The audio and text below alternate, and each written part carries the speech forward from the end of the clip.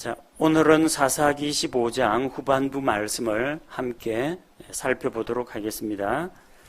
지난번에 삼손이 블레셋 사람들에게 복수를 하느라고 블레셋 사람들의 농작물과 밭에 불을 놓아서 불살라버린 그 사건이 일어났고, 또 그것 때문에 블레셋 사람들이 삼손의 처가 식구들을 불에 태워 죽인 그 일이 일어났습니다.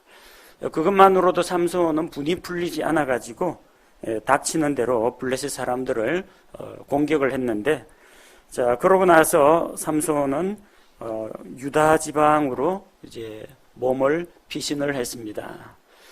자, 삼손이 유다 지방으로 피신을 하니까 블레셋 사람들이 따라옵니다. 삼손을 추격해서 유다 지방에 진을 치고 레히라는 곳에 넓게 이제 퍼졌습니다. 포위망을 구축한 겁니다. 원래 이제 블레셋 사람들은 지중해 연안 팔레스틴 남서쪽 해안가에 사는 사람들입니다. 그 해안가 주변에 블레셋 평야, 팔레스틴 평야가 넓게 펼쳐져 있습니다. 그 평야지대에서 주로 이제 농사를 짓고 또 어로 작업을 하는 이런 사람들인데, 이제 유다 지방을 유다 사람들을 치기 위해서 블레셋 지역에서 유다 땅까지 올라온 것입니다.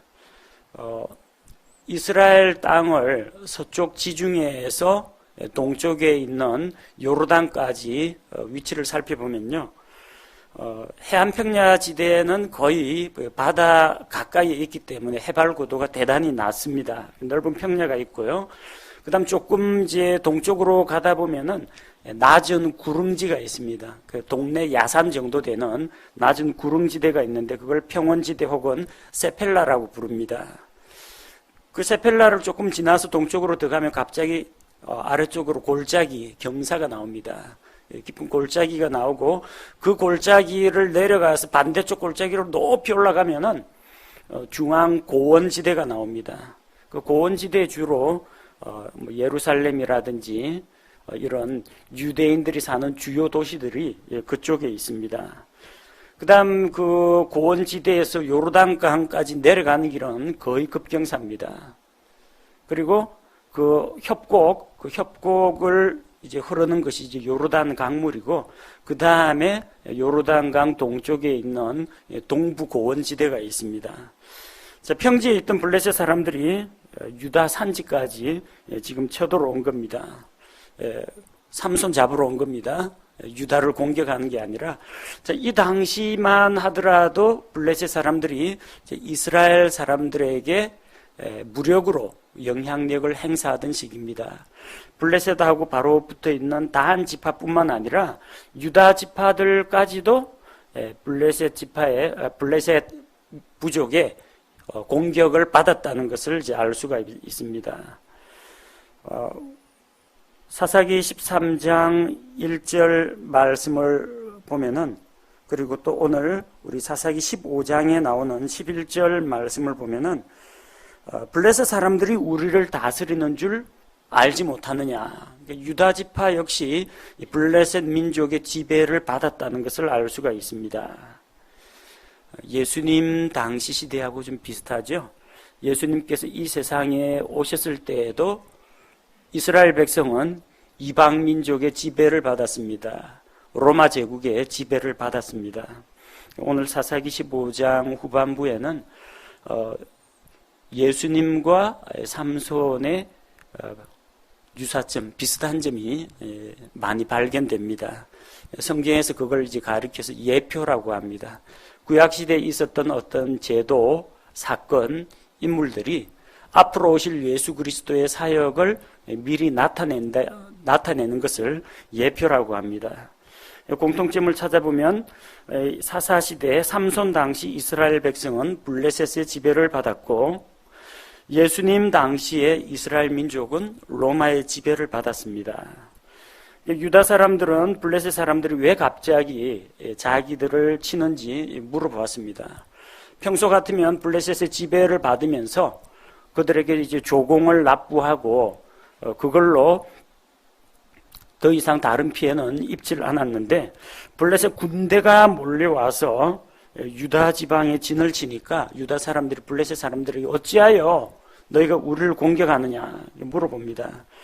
블레셋 사람들은 너희한테 볼 일이 있는 게 아니고 삼손이 블레셋 사람들의 밭에 불을 지르고 또 블레셋 사람들을 죽였기 때문에 삼손을 결박해서 데려가려고 한다. 그래서 그에게 보복하려고 하니까 그를 붙잡아서 넘겨달라고 합니다. 만약에 이 요구 조건을 안 들어주면 어떻게 됩니까?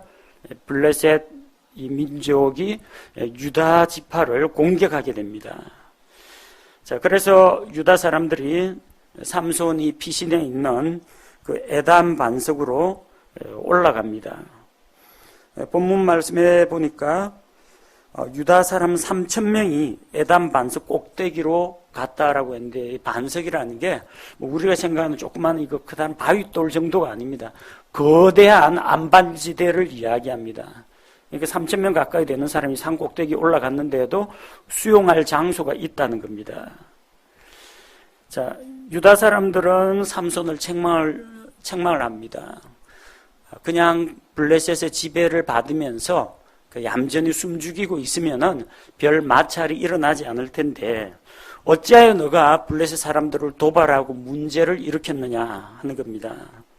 근데 삼손은 블레셋 사람들이 자기에게 부당하게 대우를 했기 때문에 나는 거기에 대해서 안갚음을 한 것뿐이다. 그렇게 자기를 변명을 합니다.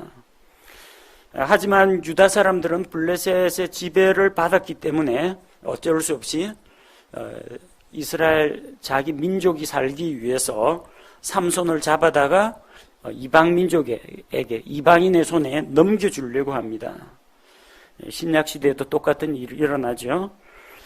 유다 사람들 믿지 않는 이 유대인들은 자칭 하나님의 백성이라고 이야기하지만 실제적으로 그들은 죄 가운데 있었고 사탄의 지배하에 있었습니다. 그래서 이 사탄의 사주를 받은 이런 유대인들은 겟세마네 동산으로 가서 예수님을 잡으려고 합니다. 유다 사람들이 자기 동족 삼손을 붙잡아서 블레셋에게 넘겨주는 거나 그 예수님 당시 유대인들이 예수님을 잡아다가 로마의 법정에 세우는 거나 비슷한 사건입니다. 그래서 유다 사람들은 12절에 삼손에게 가서 우리가 너를 결박해서 블레셋 사람들에게 넘겨주겠다 그렇게 이야기합니다. 그러자 삼손은 같은 동족끼리 싸우는 것을 피하고자 합니다. 만약에 유다 사람들이 삼손을 죽이려고 든다면 삼손도 어쩔 수 없이 싸워야 하는 그런 입장입니다. 그래서 너희가 직접 나에게 손을 대지 않겠다고 맹세하라고 합니다. 만약에 삼손을 결박한다고 해놓고 묶어놓고 삼손을 칼로 찌르거나 목을 벤다면은 삼손도 맞서 싸워야 하거든요. 자, 이 유다 사람들은 이 삼손에게 직접 해를 끼치지는 않고 그냥 단순히 삼손을 묶어서 블레셋 사람들에게 넘겨주겠다고 합니다. 그래서 삼손은 동족의 손에서 블레셋 사람들의 손으로 넘어갔습니다. 예수님은 유대인의 종교 지도자들이 파송한 무리에 결박되어서 로마 사람들에게 넘겨졌습니다. 유다 사람들은 세 줄 2개를 가지고 삼손을 단단하게 결박했습니다. 물론 그 줄 정도는 삼손의 능력이 삼손이 가진 능력이라면 간단히 끊어버릴 수가 있습니다. 우리가 뒤쪽에서 읽은 말씀에 보니까 주의 영께서 그에게 임하시니까 14절에 그의 팔 위의 줄들이 불에 탄 아마실처럼 끊어졌다고 했습니다. 실을 불에 태우면요 끊어집니다. 이 아마 식물성 이 섬유질로 만든 그 실이 불에 탄 실이라면요 금방 끊어집니다. 삼손이 힘이 없어가지고 동족에게 결박당한 거 아닙니다. 예수님이 힘이 없어가지고 대제사장이 파송한 무리에게 결박당한 게 아닙니다. 예수님이 능력이 모자라서 로마 군인들에게 채찍에 맞고 십자가에 달리고 사형을 당한 게 아닙니다. 삼손은 능력이 있었습니다. 그러나 그 능력을 쓰지 않았습니다. 그 능력은 원수하고 싸울 때 쓰는 거지 유대인들 공격하는 데 쓰는 게 아닙니다. 예수님은 연약하여 붙잡혀 가신 것이 아닙니다. 우리를 위해서 대신 죽음을 맛보기 위해서 스스로 결박당하신 겁니다. 마태복음 26장 53절에서 우리 주님께서 말씀하십니다. 너는 내가 지금 내 아버지께 기도하여 당장이라도 그분께서 12군단이 넘는 천사들을 내게 주시도록 할 수 없는 줄로 생각하느냐. 군단 레기온이라고 하는데 우리나라 그 병력 편제로 이야기하면 한 연대급 규모입니다. 연대급 규모의 병력 12개의 연대급 되는 천사들의 군단. 천사 한 명만 와도 나라 하나 멸망시키는 건 잠깐입니다. 근데 예수님께서 호출만 하면은 미가엘 천사장이 천사들의 부대를 끌고 예수님을 구출하러 올 수 있습니다. 그러나 예수님은 그 능력을 사용하지 않았습니다. 우리를 위해서 털 깎는 자 앞에 잠잠한 양같이 순순히 결박을 당하시고 재판을 받을 때도 자기를 위해서 변명하거나 변호하는 말을 일절하지 않으시고 묵묵히 죄인으로 간주되셨습니다. 힘만 세고 무식하고 부도덕한 삼손이라고 우리가 생각했는데 가만히 살펴보면 예수 그리스도와 닮은 점들이 많이 나타납니다. 자, 그래서 이 유다 지파 사람들이 삼손을 묶어다가 블레셋 사람들에게 넘겨주었습니다. 삼손은 결박된 채 블레셋 사람들 진영 쪽으로 걸어갑니다. 레이의 진을 치고 있던 블레셋 사람들이 삼손을 발견하고 소리를 지릅니다. 과연 유다 사람들이 그를 결박해서 포로로 넘겨줬습니다. 삼손의 손에는 칼이나 창이나 어떤 무기가 될 만한 게 아무것도 없습니다. 결박당한 채 가는 겁니다. 자, 블레셋 사람들이 삼손을 향하여 소리를 지르자 삼손이 주의 영에 감동되어서 힘을 발휘합니다. 블레셋 사람들은 많은 군대를 이끌고 와서 삼손을 잡아먹으려고 소리를 지릅니다. 또 소리 지르는 게 앞쪽에 한번 나왔죠. 누가 겁도 없이 소리 질렀어요? 젊은 사자 한 마리가 겁도 없이 삼손 앞에서 잡아먹겠다고 와 소리 지르다가 갈기갈기 찢겼습니다.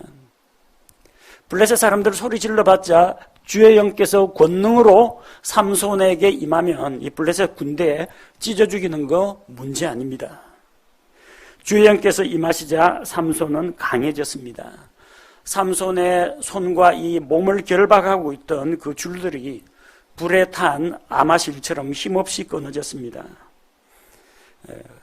그래서 이제 블레셋 사람하고 이제 맞서 싸워야 되는데 삼손이 이게 주먹 가지고도 싸울 수 있지만 일단 거리가 멉니다. 칼이나 창은 보통 1m, 2m 합니다. 주먹 가지고 근접전 하다가는 가까이 가기도 전에 꿰뚫리고 찔려버리죠. 무기가 될 만한 걸 찾는데 그때 삼손의 손에는 칼이나 창이나 어떤 무기 같은 것들이 이제 없었습니다. 자, 근데 뭘 무기로 사용했느냐? 15절에 보니까 그가 나귀의 새 턱뼈를 보고 자기 손을 내밀어 그것을 취한즉 그것으로 1000명을 죽이고 나귀의 턱뼈를 흉기로 삼아가지고 그걸 무기로 삼아가지고 블레셋 사람 1000명을 죽였다는 겁니다.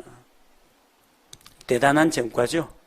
혼자서 중무장한 블레셋 군대 1000명과 맞붙어서 일당백이 아니라 일당천, 일기당천 물리쳤다는 겁니다. 자, 이 나귀는 하나님께 드릴 수 없는 짐승입니다. 희생헌물로 소나 양이나 염소나 비둘기는 드릴 수 있는데 나귀를 잡아다가 하나님 앞에 희생헌물로 드렸다. 돼지를 잡아가지고 희생헌물로 드렸다. 레위기에 그런 이야기는 나오지 않습니다. 나귀는 하나님께 드릴 수 없습니다. 나귀는 사람들이 타고 다니거나 짐을 싣고 다니는 그런 수단으로는 사용할 수 있는데 나귀는 이게 새김질을 하지도 않고 또 굽이 갈라지지도 않았습니다. 그래서 부정한 짐승으로 간주가 됩니다. 깨끗하고 정결한 짐승은 아닙니다. 그러나 그 나귀의 턱뼈가 이스라엘의 대적을 물리치는 데 사용이 되었다는 겁니다. 성경에서는 죄인을 가리켜서 나귀라고 부릅니다. 목이 뻣뻣한 백성. 그리고 출애굽기에 보면은 6월절 어린 양의 규례를 하나님께서 말씀해 주신 다음에 너희 가운데 엄마의 태를 열고 나오는 첫 아들은 반드시 어린 양으로 대속하라. 첫 아들은 다 하나님께 바치라고 되어 있습니다. 그리고 다른 가축 이야기는 쏙 빠지고 나귀의 첫 새끼는 어린 양으로 대속할 것이요. 그렇게 기록되어 있습니다. 다른 가축도 많지 않습니까? 나귀, 말, 노새, 낙타 다 있는데 다 빼고 나귀의 첫 새끼는 어린 양으로 대속하라고 합니다. 나귀가 상징하는 것이 무엇입니까? 굳건한 목, 단단하고 숙일 줄 모르는 목, 하나님 앞에서 자기를 낮출 줄 모르는 교만한 인생을 이야기합니다. 그래서 미련한 짐승, 채찍과 재갈이 아니면 제어가 안 되는 짐승, 나귀를 사람을 나귀에 빗대어서 이야기를 합니다. 비천한 인생, 하나님 앞에 죄인인 인생을 성경은 나귀로 표현합니다. 바로 예수님께서 그런 비천한 모습으로 오셨습니다. 하늘의 영광스러운 왕좌를 잠시 비우시고 낮고 비천한 사람의 모습을 하고 사람과 같이 되셨습니다. 그리고 삼손이 무기로 사용한 것은 나귀의 새 턱뼈입니다. 새 턱뼈. 15절에 보니까 나귀의 새 턱뼈라고 되어 있죠. 뉴 조본이라고 되어 있습니다. 이 턱뼈가 빠지면 또 나고 또 나고 하는 그런 것도 아닌데 턱뼈 하나입니다. 헌 턱뼈, 새 턱뼈 뭐 이렇게 턱뼈가 계속 자라는 건 아닙니다. 왜 새 턱뼈라고 하느냐? 나귀의 턱뼈는 밖으로 드러나지 않습니다. 살아있는 동안은 이 피부 속에, 가죽 속에 감춰져 있습니다. 그럼 언제 이 나귀 턱뼈가 드러나느냐? 나귀가 죽어야 턱뼈가 나옵니다. 나귀가 죽어야 턱뼈가 나올 수가 있습니다. 근데 새 턱뼈라고 했는데, 그럼 오래된 턱뼈는 어떤 거냐? 오래된 턱뼈는 뼈가 바짝 물기가 말라가지고 부패한 것을, 마른 뼈와 같이 된 것을 묵은 턱뼈, 오래된 턱뼈라고 합니다. 새 턱뼈라고 하는 것은 나귀가 죽은 지 얼마 되지 않았다는 이야기입니다. 아마도 나귀가 들짐승에게 찢겨가지고 뜯어먹혔을 겁니다. 근데 아직까지 뼈에 혈흔도 남아있고 핏자국도 남아있고 뼈가 물기가 아직 마르지 않았다는 겁니다. 말하자면은 시신이 뜯어먹혀서 그렇지 죽은 지 얼마 되지 않았다는 겁니다. 시신이 아직 썩기 이전입니다. 나귀의 죽음, 그리고 나귀가 완전히 마른 뼈처럼 부패해가지고 썩어버리기 이전에 그 나귀의 새 턱뼈가 대적을 물리치는 무기가 되었습니다. 예수 그리스도 역시 예수님의 십자가의 대속의 죽음으로 말미암아 죄의 권세, 사망의 권세, 마귀의 권세를 물리쳤습니다. 예수님은 죽은 지 사흘 만에 다시 살아나셨습니다. 그분의 시신이 썩기 전에 예수 그리스도의 몸은 썩음을 보지 않았습니다. 그분께서는 다시 일어나셨습니다. 삼손은 나사렛 사람이 해서는 안 되는 일을 또 했습니다. 지난번에는 어떤 일을 했어요? 죽은 사자의 몸에서 꿀을 취해가지고 먹었습니다. 사자의 사체에 있는 그 꿀은 시체를 만지면 안 되는 나사르 사람, 해서는 안 되는 일을 한 겁니다. 그리고 블레셋 사람하고 내기해가 졌죠. 이거 내기 상품으로 옷을 물어줘야 하는데 옷 살 돈은 없고 블레셋 사람들 잡아 죽여가지고 시체의 옷을 벗겨가지고 옷을 주고 갔습니다. 사람 시체도 만졌습니다. 이제는 죽은 지 얼마 안 되는 나귀의 세특뼈 요걸 또 잡았습니다. 나사르 사람이 이 나귀의 시체, 나귀의 턱뼈를 만지면 안 됩니다. 하지만 그 부정한 시체, 그걸 승리의 도구로 사용했습니다. 예수님께서는 유대인들이 불결하고 부정하다고 여기고 가까이 가기 싫어하는 무덤, 그 무덤에서 나오셔서 승리하셨습니다. 16절에 보니까 삼손이 나귀의 턱뼈로 블레셋 사람들 1000명을 죽이고 시체를 더미로 쌓았다고 합니다. 나귀의 죽음이 블레셋 사람들을 물리친 것처럼 예수님의 죽음은 원수를 이기고 승리하는 바로 그 출발점이 되었습니다. 삼손은 턱뼈를 손에서 내던지고 그곳의 이름을 라맛 레히라고 불렀습니다. 라맛 레히라는 말은 턱뼈의 언덕이라는 겁니다. 아마도 그 언덕의 모양이 턱뼈처럼 생겼을 겁니다. 그리고 또 한 가지는 이 턱뼈를 가지고 블레셋 사람들의 시체를 언덕처럼 더미처럼 쌓았기 때문에 턱뼈의 언덕이라는 그런 이름을 붙였습니다. 삼손은 턱뼈를 내던졌습니다. 죽은 시신, 죽은 나귀의 시신을 내던졌습니다. 왜 내던졌을까요? 이제 전쟁 끝났기 때문입니다. 이제 싸울 일이 없기 때문입니다. 예수님께서도 전쟁에서 승리하셨습니다. 십자가의 죽음을 통해서 그리고 부활을 통해서 인류를 대속하시는 그 구속사역을 완성하셨습니다. 십자가에서 자기의 생명의 피를 흘려주시면서 예수님께서는 구원을 이루셨습니다. 요한복음 19장 30절 말씀에 그러므로 예수님께서 식초를 받으신 뒤에 이르시되 다 이루었다 하시고 머리를 숙이신 뒤 숨을 거두시니라. 삼손이 턱뼈를 내던지고 이제 전쟁은 끝났다, 승리했다 이렇게 선포한 것처럼 예수님께서는 십자가에서 다 이루었다라고 선포하셨습니다. 그리고 이를 통해서 삼손은 이스라엘 백성을 블레셋의 압제에서 구출합니다. 자, 이런 전쟁 가운데 블레셋과 싸우는 가운데 삼손은 하나님께 부르짖습니다. 1000명과 싸우는 가운데에서 삼손도 이게 로봇이 아닌 이상은 기진합니다. 탈진합니다. 뜨거운 여름에 정신없이 뛰어다니면서 사람들을 치고 다니고 이러는데 기진맥진해서 목이 말라 주님께 부르짖습니다. 그래서 주께서 주의 종의 손에 이 큰 구출을 주셨사오나 내가 이제 목말라 죽어서 할례 받지 않은 자들의 손에 떨어져야 하리이까 하니라.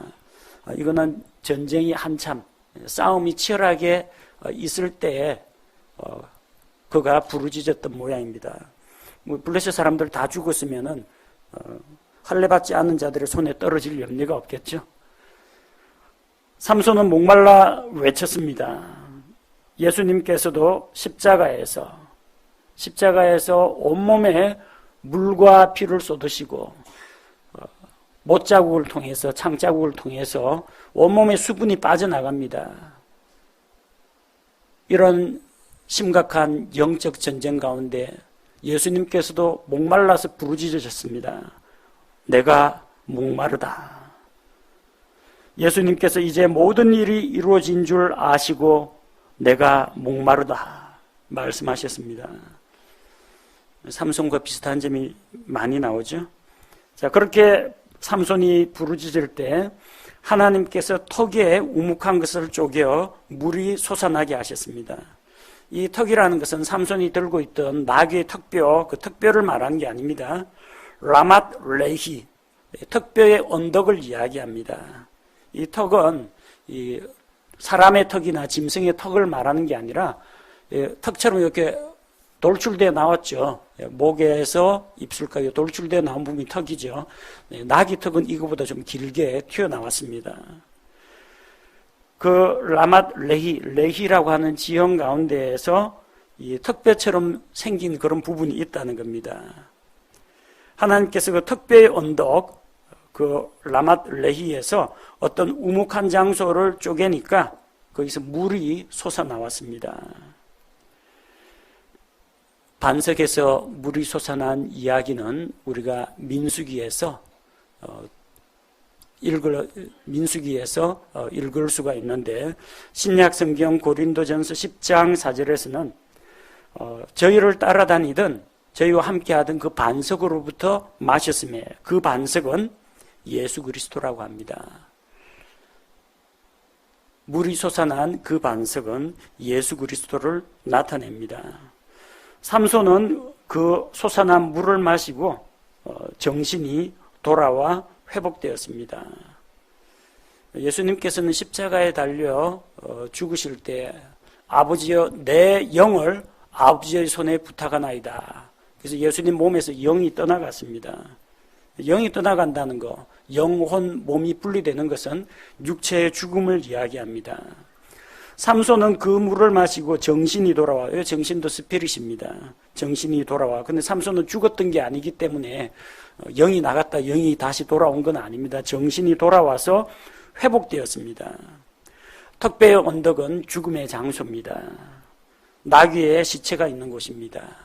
블레셋 사람들의 시체가 더미처럼, 산더미처럼 쌓여 있는 곳입니다.